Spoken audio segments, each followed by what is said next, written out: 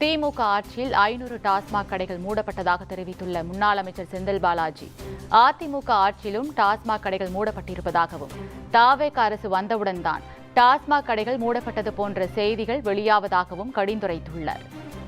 ஊடகங்கள், பத்திரிகைகள், சமூக வலைத்தளங்கள் ஏற்கனவே இப்பொழுதுதான் ஏதோ புதிதாக டாஸ்மாக் கடைகளை குறைக்கப்பட்டதைப் போல, இந்த அரசு அமைந்தவுடன் இந்த கடைகளை குறைத்ததைப் போல ஒரு தோற்றத்தை உருவாக்குவதை நான் முழுமையாக அந்த ஒரு வார காலம் பார்த்தேன். தயவு செஞ்சு உள்ளதை உள்ளபடி தொலைக்காட்சிகளாக இருக்கட்டும், பத்திரிகைகளாக இருக்கட்டும், மக்களுக்கு சொல்ல வேண்டிய கடமை இருக்குது. குறிப்பாக கடந்த திராவிட முன்னேற்ற கழகத்தினுடைய ஆட்சியில் எங்களுடைய மாண்பு முதலமைச்சர் அவர்கள், எங்களுடைய கழகத் தலைவர்கள் உத்தரவிட்டு 500 டாஸ்மாக் கடைகளை நாங்கள் குறைச்சோம். அதற்கு முன்பாக அதிமுக அரசுலேயும் டாஸ்மாக் கடைகள் குறைக்கப்பட்டன.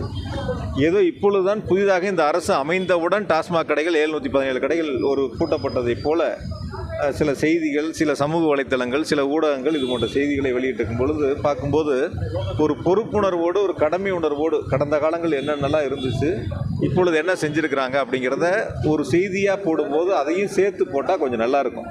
ஏன்னா புதிதாக இப்பொழுது மட்டும்தான் அந்த கடைகள் போடப்பட்டதைப் போல, மற்ற காலங்களில் இல்லாததைப் போல, இப்பொழுது ஏதோ பூரண முழு மதுவிலக்கை கொண்டு வந்ததைப் போல ஒரு தோற்றத்தை உருவாக்கக்கூடிய ஒரு நிலை இருக்கின்றன. காலப்போக்கில் தெரியும்.